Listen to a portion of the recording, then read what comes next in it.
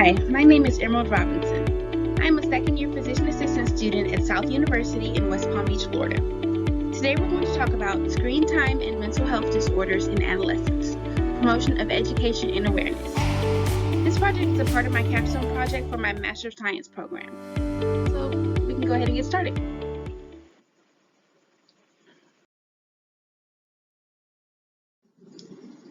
So first, I want to give you a little bit more information about myself.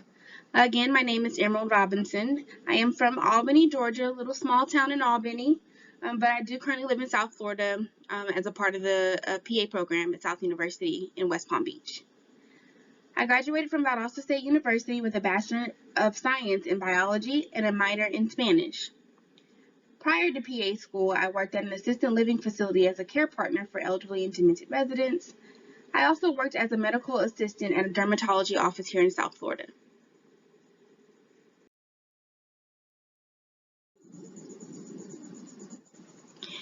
So I'm currently in my second year of PA school, where we're currently on our clinical rotations.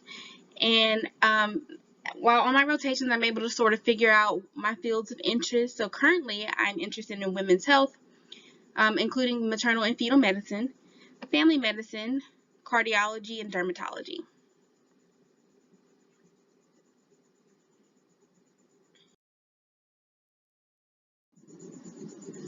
I also want to talk a little bit now about the physician assistants of what are PAs. So the PA profession was established in 1967.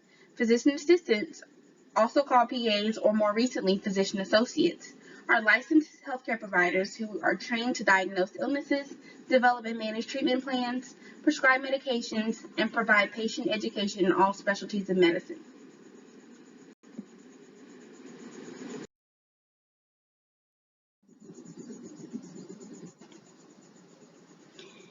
So the requirements to become a physician assistant, they must meet required prerequisite courses and patient care experience, which varies based on the program that you will attend or your program of interest.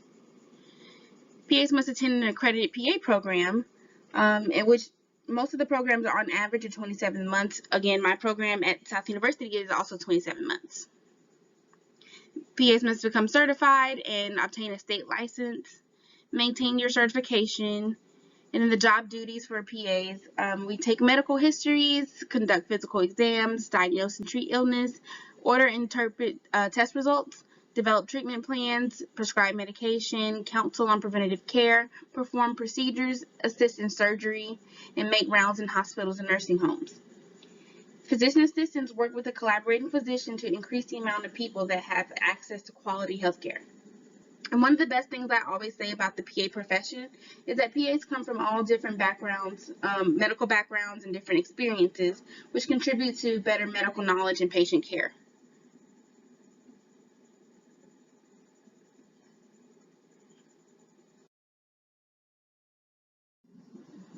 This here's a chart I found that just compares medical doctors, nurse practitioners, and PAs. A lot of times there's overlap and confusion about the different fields, so this kind of is a chart that just explains the requirements and job duties for each of the professions.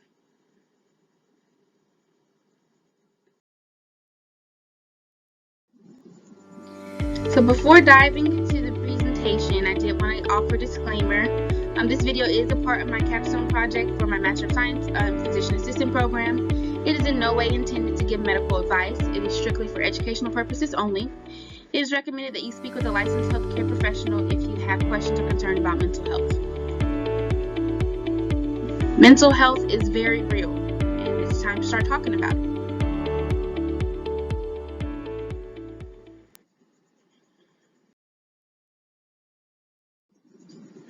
So this capstone project is aligned with the Healthy People 2030 initiative and is a public health initiative seeking to promote widespread health and wellness through many different objectives that expand to cover the general population. The vision of Healthy People 2030 is a society in which all people can achieve their full potential for health and well-being across the lifespan. The mission is to promote, strengthen, and evaluate the nation's efforts to improve the health and well-being of all people.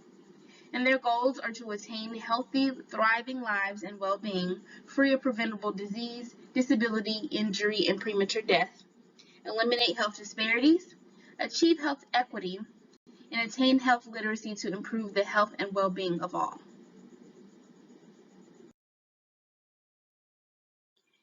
The objective for this presentation is that the audience should become aware of the association between the amount of time spent on social media and other screen time modalities and depressive and anxiety disorders within adolescents.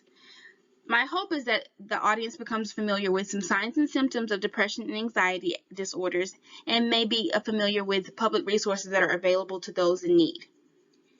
The reason I chose this topic is because I'm sure everyone remembers during 2020 where we all had to quarantine for some time due to coronavirus. During that time, I decided to become a counselor for people facing mental health crises. It was a very enlightening experience as I was able to hear the concerns of many different people. I also recognize that social media use is increasing exponentially for all age groups. However, the effects that excessive social media use has on mental and physical health is something that is not talked about enough. I chose this topic because I want to spread awareness of anxiety and depressive disorders in teenagers and young adults. I want to enable people to recognize a large contributing factor, which is screen time, and ways to face this challenge today.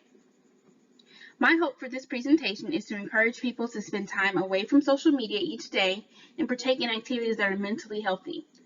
I also want to encourage young people to develop a plan and have resources at hand if they ever find themselves facing a mental health crisis.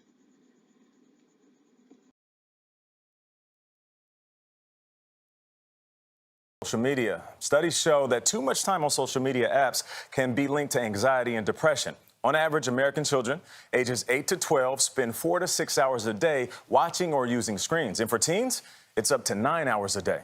I sat down with my 11-year-old daughter, Mia, for an honest conversation about her social media use. I wanted to find out which apps she uses the most and how they make her feel. Take a look. Let's say out of 10 friends, how many of them do you think have an Instagram account or a TikTok account? All of them. Now, do you use Facebook? No. That's for grandmas. Okay. Your mom uses Facebook. She's not a grandma. Okay. Do you use Instagram? No. I have an account, but I don't use it. Okay. Now, do you use TikTok? Yes. How often? Do you want the truth? Yeah. About more than 8 hours a day, probably. 8 hours a day? Yeah. And what do you use it for? I usually just scroll on TikTok and watch videos. When you're Well, one of experts' biggest concerns is how accessible social media is at all times, often making it really difficult to disconnect. And a Pew Research study showed that 95% of teens in the U.S. have access to smartphones, meaning that social media platforms are constantly right in the palm of their hands. Being a teenager means there's a lot to like about life. I like to play lacrosse, hang out with my friends, and probably shop too. Scrolling through social media, also on that list. But when it comes to that, there's plenty to dislike. It makes you feel like sad at times because you like don't feel enough for other people. I don't know. People are like judgmental and stuff. Twin sisters Macy and Mia Cabrera and their friend Ella Adams know that being a teenager can also mean self-doubt, comparison, and other struggles that are oftentimes only heightened by social media. You see people that like are maybe like more like photogenic than you, or like have better outfits, or like a better body or whatever. Experts say the ugly side of social media goes far beyond the pretty pictures. We get concerned for things like cyberbullying. We know that kids, if they're cyberbullied, have higher rates of self-harm or suicidal ideation. We also get worried about exposure to seeing risky behaviors. And that exposure can sometimes be endless. The American Academy of Pediatric and Adolescent Psychology says teens spend an average of 9 hours a day in front of a screen.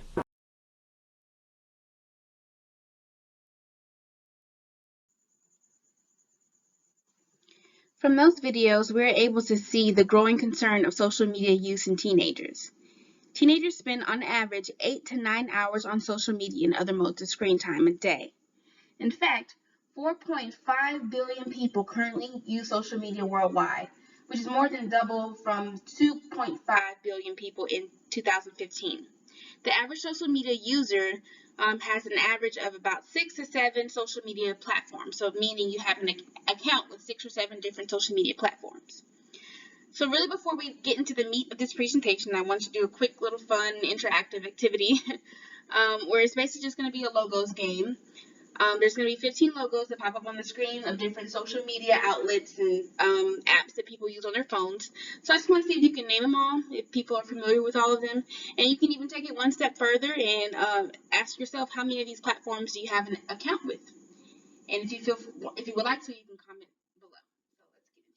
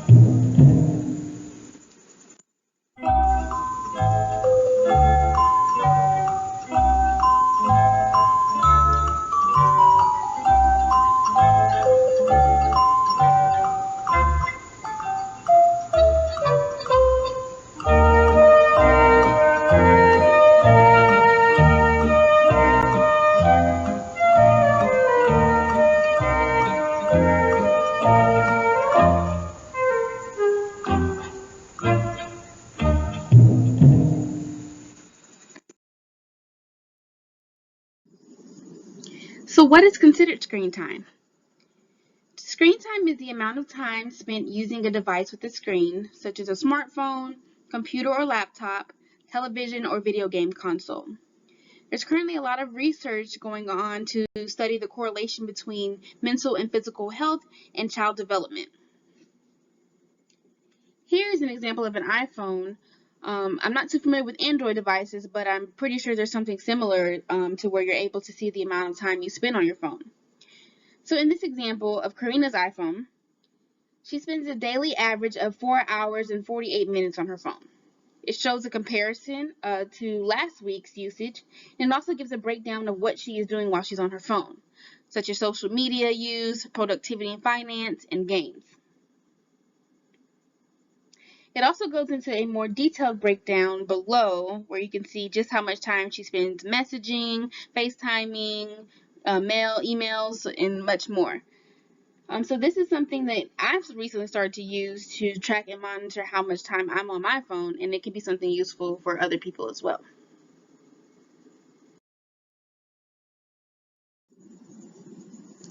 Well, now that we've established what screen time is, what's the problem with screen time? Social media and other screen time modalities oftentimes just make you feel bad. Numerous studies have shown that passively consuming content correlates with feelings of loneliness and triggers envy and resentment. The filtered reality that you see on social media raises expectations that real life just can't meet. Heavy social media use also reduces the quality of your real life conversations, impacts your sleep, and increases obesity and depression. Numerous studies have linked high social media use to anxiety and depression caused by comparing yourself to others and feeling like you're missing out. So screen time can lead to depleted social skills. I'm sure at some point we've all been to a gathering with friends or family where everyone is just sitting around and scrolling on their phones. The person may lean in to show you a funny video or a meme, and then they just go right back to scrolling on their phone. Or there are other times where people are more comfortable sending a DM through social media or a text message rather than having an in-person conversation. Self-esteem and body image is greatly impacted by social media use. Filters and photoshopped images create an unrealistic idea of what a body should look like. People use filters to cover up their flaws or enhance certain assets rather than becoming comfortable with who they truly are. False sense of happiness. People only show what they want you to see on social media. In other words, people post the good, not the bad, or most people. So social media can make it seem as if people have it all together and they're living their best lives, when in reality they're not. They're sad, or they're dealing with a lot of issues. Cyberbullying has always been a huge issue with social media. Posting any content on social media opens yourself up to criticism from others. And people comment and they share things to make fun of people. People often record people while they're not aware of it. And this video may go viral, and it's really making fun of another person. It's cyberbullying. This can be extremely detrimental for mental health. Life satisfaction. This sort of ties in with a false sense of happiness. People post the good news on social media. You may see your friends buying cars or taking trips, and it may seem that you're not in the same place as everyone else. So it impacts the way you view your own life, leading to low life satisfaction.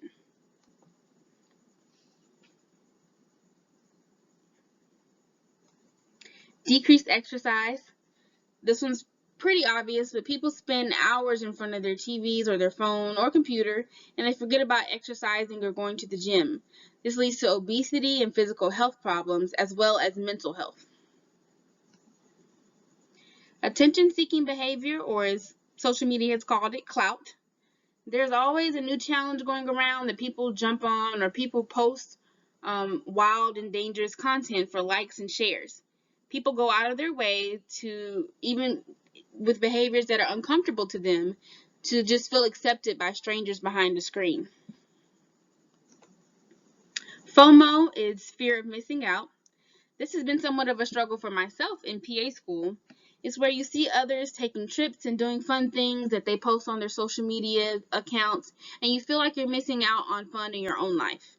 And which again, this affects life satisfaction, or it can cause you to lose focus of what you're doing in your own life. Social comparison. People want to feel liked and accepted by others, and when we don't, when we don't get as much attention as the next person, we compare ourselves to them and feel disappointed. We look at our friends who have 10,000, 20,000 followers, and we feel disappointed because we only have 500. Or a picture we posted only got 50 likes, whereas your classmate may have posted the same picture and they got 10,000, 20,000 likes on a picture. We feel disappointed by that because of social comparison. Decreased sleep. So I too am guilty of sitting in my bed at night scrolling on social media or watching videos for hours. Before I know it, I have to get up and go to school the next morning. I may have intended to go to bed at 10 o'clock and I end up going to bed at 1 o'clock because I've been scrolling on social media for 3 hours. And this leaves me feeling very tired and drained the next day, and I don't have energy to engage with people or to focus on my activities. All of these things can lead to the development of mental health disorders, including anxiety and depression, and even lead to suicidal thinking.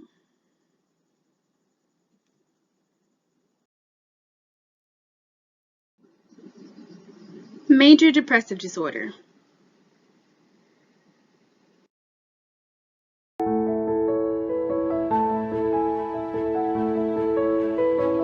Sadness. Difficulty concentrating. Loss of interest. Depression can be treated. The first step is talking.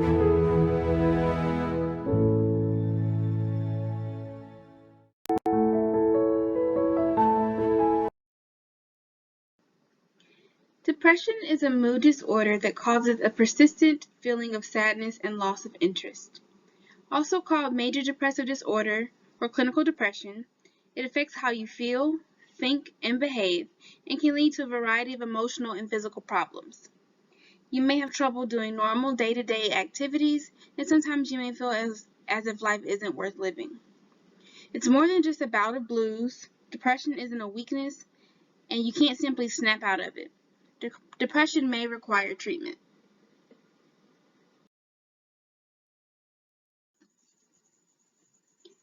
Common signs and symptoms of depression in children and teenagers are similar to those of adults, but there can be some differences.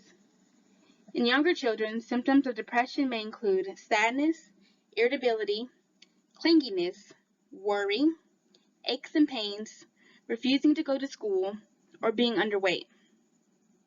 In teenagers, symptoms may include sadness, irritability, feeling negative and worthless, anger, poor performance or poor attendance at school, feeling misunderstood and extremely sensitive, using recreational drugs or alcohol, eating or sleeping too much or not enough, self-harm, loss of interest in normal activities, avoidance of social interactions, and thoughts of death or suicide.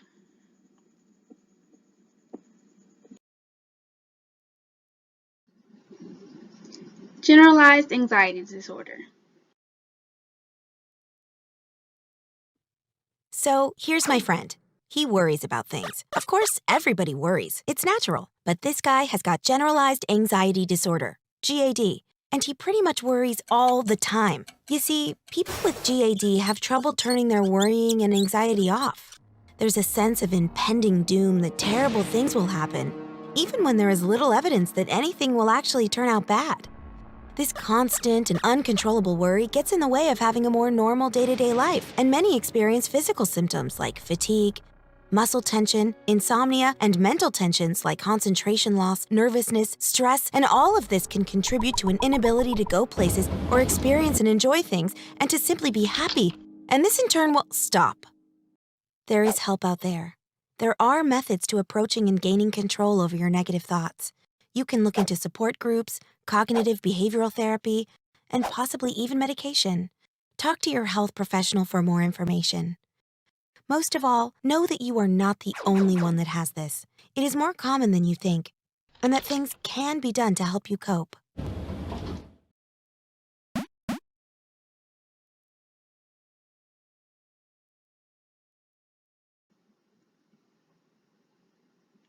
Anxiety disorders can cause people to try to avoid situations that trigger or worsen their symptoms. Job performance, schoolwork, and personal relationships can be affected.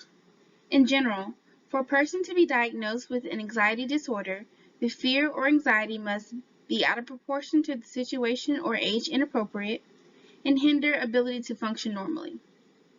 There are several types of anxiety disorders, including generalized anxiety disorder, panic disorder, specific phobias, social anxiety disorder, and separation anxiety disorder.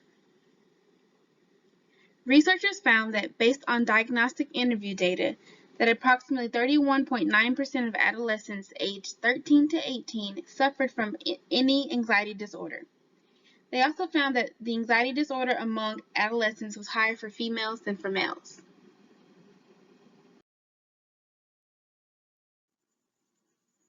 Children and teenagers may have similar worries to adults, but also may have excessive worries about performance at school or sporting events, family member safety, being on time, earthquakes, nuclear wars, and other catastrophic events. A child or teenager with excessive worry may feel overly anxious to fit in, be a perfectionist, redo tasks because they aren't perfect the first time, spend excessive time doing homework, lack confidence, strive for approval, require a lot of reassurance about performance, have frequent stomach aches or other physical complaints like the ones listed on the slide, or avoid going to school or other social situations.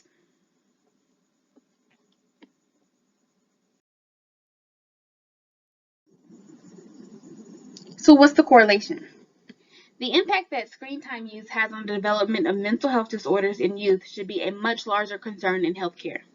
Studies show that 10% of teenagers check their phones more than 10 times per night. Teenagers who use 5 hours per day on their phones are 2 times more likely to show depressive symptoms. Young, single, adolescent females are addicted to social media more than any other age group. And 50% of teenagers drive while using their mobile phone and access social media. The number of adolescents facing mental health crises, especially with depression and anxiety, is increasing. Many studies report increased social media use in students leads to decreased life satisfaction, decreased communication skills, and increased risk of mental health disorders and suicidality. Studies show that more frequent social media use correlated with increased body dissatisfaction in both males and females. And researchers found that social media use contributes to a competitive nature among peers that relates to body and life dissatisfaction. Peer comparison that comes from social media use and influences is a major contributing factor to negative outcomes on mental health in young boys and girls.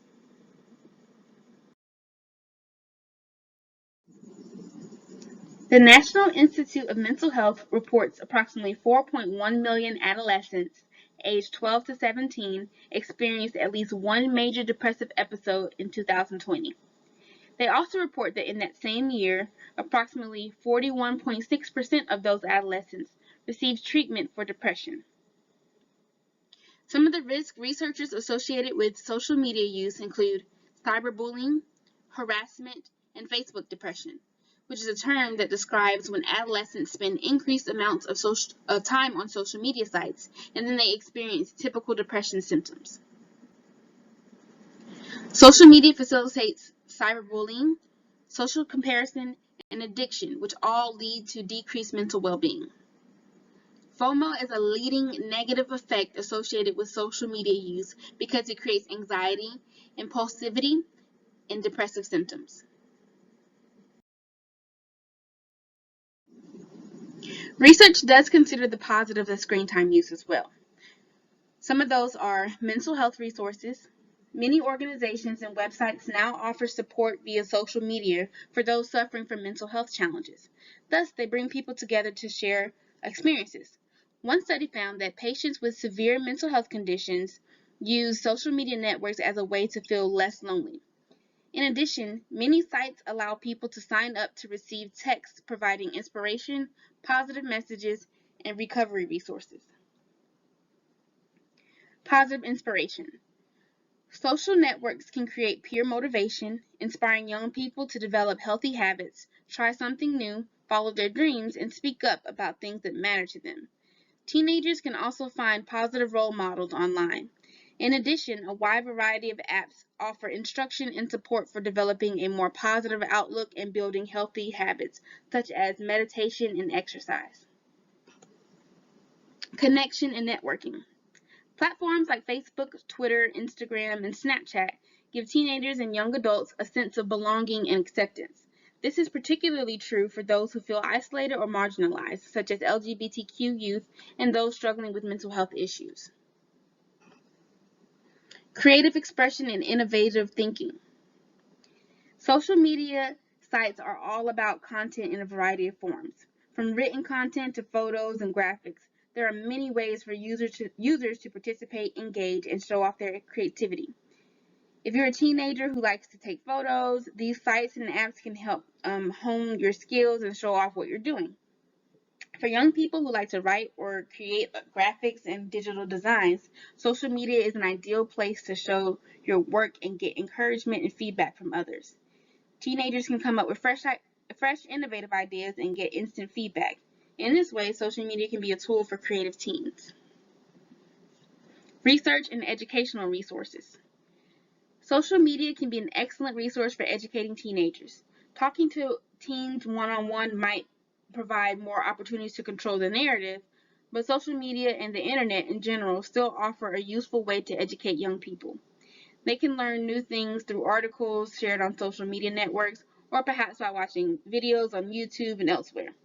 Many educational organizations, news networks, and other educational bodies use social media to inform and often specifically to reach out to teenagers. Online therapy. Licensed clinical professionals now provide therapeutic services via online platforms. Hence, they are able to reach young people who wouldn't otherwise have access to mental health treatment. Furthermore, online therapy allows teens and young adults to stay on track with their recovery after leaving residential treatment or outpatient programs. Give teens a voice.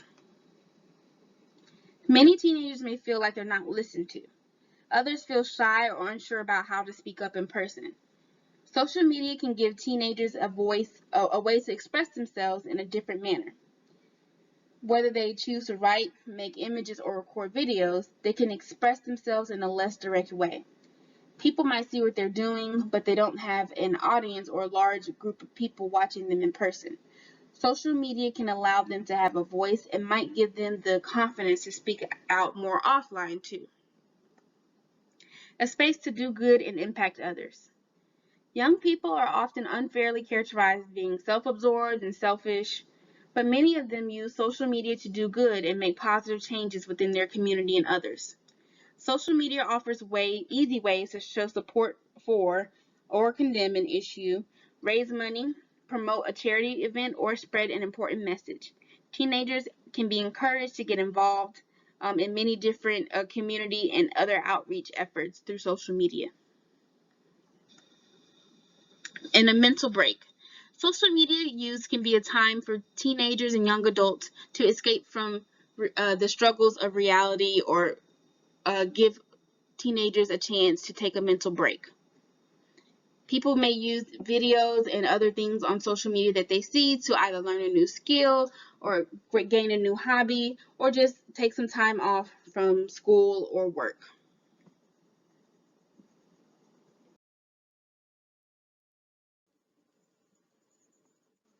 Personal reflection. These are just some questions that are going to be asked that will allow you to reflect on your own personal journey with social media and other screen time modalities. So if you feel like you want to answer the question to yourself or comment below, you're more than welcome to. Have you ever felt like you were missing out on things because of what other people post on social media? Have you ever felt like your life was not as fun or interesting as others? Have you ever felt disappointed by the amount of likes a picture you posted received? Have you ever experienced cyberbullying? If so, how did it make you feel? Do you feel tired or more energetic after spending hours on social media or playing video games? Have you ever lost sleep due to social media or video games? And how did that impact the rest of your day? Have you ever watched a video on social media that made you cry, upset, angry, or afraid? Have you ever felt that you needed a break from social media? And if you took a break, did it help? And what did you do to fill that time? So if you would like, you can pause the video here and just answer any of these questions to yourself or again in the comments below.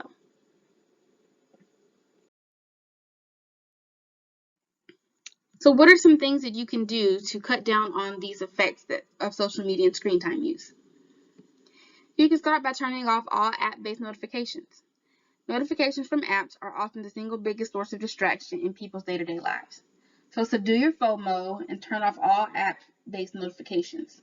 Also, it's best to say no to all notifications of new apps that you may subscribe to. This can help you ignore distractions and focus on your work at hand or your leisure. Delete apps and social media accounts that you don't actively use. Our mobile phones often turn into a junkyard of apps that we rarely or never use. If you haven't used an app for a while, just take it off your device. That will nip the notification and the temptation to scroll. It will curtail any unintended usage. If you do have a need or a desire to use the app again, you can always check back on your PC or laptop. Limit yourself and set boundaries. You can do this by avoiding sleeping with your phone. Many of us have this odd habit of sleeping with our devices in bed or close by, which may lead to us checking social media before sleep or in the middle of the night. This is very unhealthy. Experts advise keeping your digital device away for at least 1 hour before sleep to allow your nerves to soothe and allow for a more restful sleep. You can also remove your phone from your morning routine. One study done showed that 84% of participants check their phone within the first 15 minutes of waking up. To nip this practice, keep your mobile phone charging in a hard-to-access area while you're doing your morning routine and only reach for it once you're through. You can put daily time limits on apps.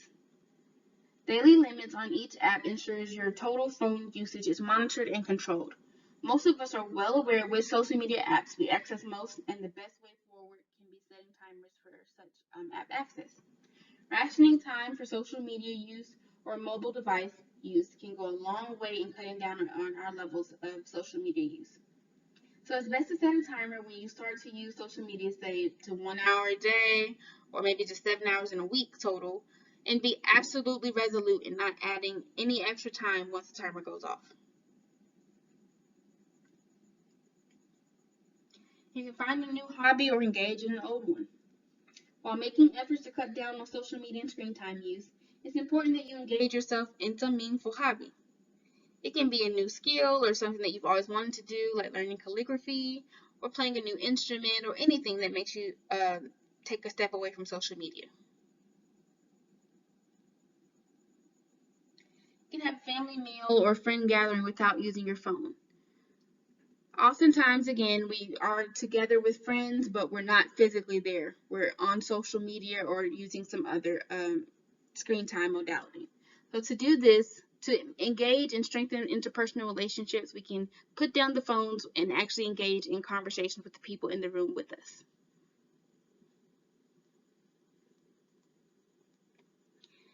Don't feed into the trolls. So before you fire off an angry replies on social media to some post that left you seething, it's best to heed the advice to follow and engage with care.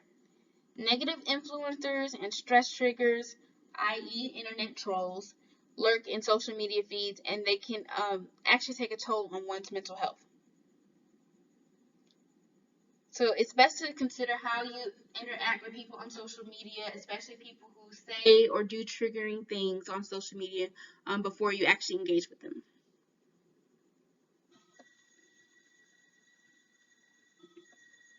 You can take a break from social media or do a digital detox.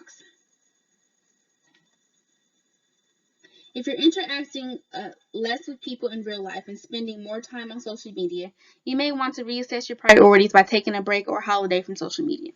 You can decide how long it's going to be, inform your friends online how long you'll be away for, and how you can be reached if they actually need you in person. And then delete the apps. If you normally spend at least 2 hours on social media per day, you will have an extra 14 hours per week, which you're totally free to do whatever you want with.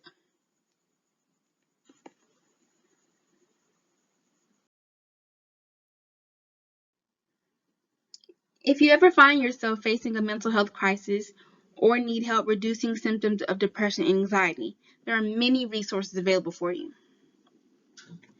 The National Alliance on Mental Illness is one of the largest public mental health organizations in the United States.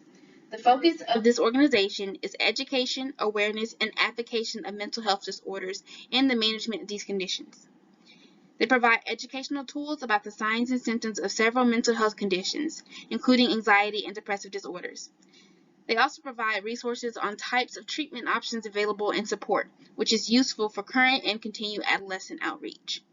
They encourage communication and management guided by a clinician, and they offer a crisis helpline for individuals in mental health crisis.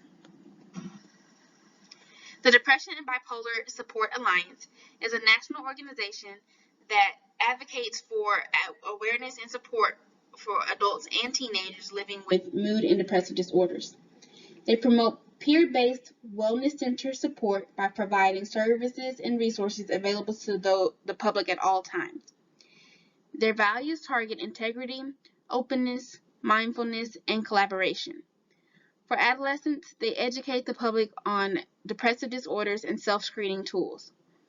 They also discuss management options and what to do for a teenager in crisis or experiencing suicidality. They have a variety of resources available, including personal accounts, podcasts, newsletters, and social media platforms for more enlightening content, which can be advantageous for continued education and outreach to adolescents. Mental Health America is a community-based nonprofit organization that focuses on promotion of awareness, prevention, and outreach services for any person connected to mental health disorders. This organization is one of the largest in the United States that is dedicated to mental wellness. They provide many resources, including ways to promote mental well-being, sources for people seeking help, and ways for people to become involved in the organization. This could be a valuable resource available for education and outreach to adolescents combating mental illness in the United States. Mental Health First Aid is a training program that teaches members of the public how to help a person developing a mental health problem, experiencing a worsening of an existing mental health problem, or in a mental health crisis. They are part of the National Council for Mental Well-Being, which provides the public with knowledge and resources for children and young adults battling mental health disorders. Crisis Text Line is a global, nonprofit organization providing free mental health texting services through confidential crisis intervention text messaging. The organization's services are available 24 hours a day, every day, throughout the United States, Canada, UK, and Ireland. Your physician assistant or any healthcare provider can provide you with resources and treatment if you are ever in need. Remember that you are not alone. You're never alone. The first way to address any issue is by first talking about it.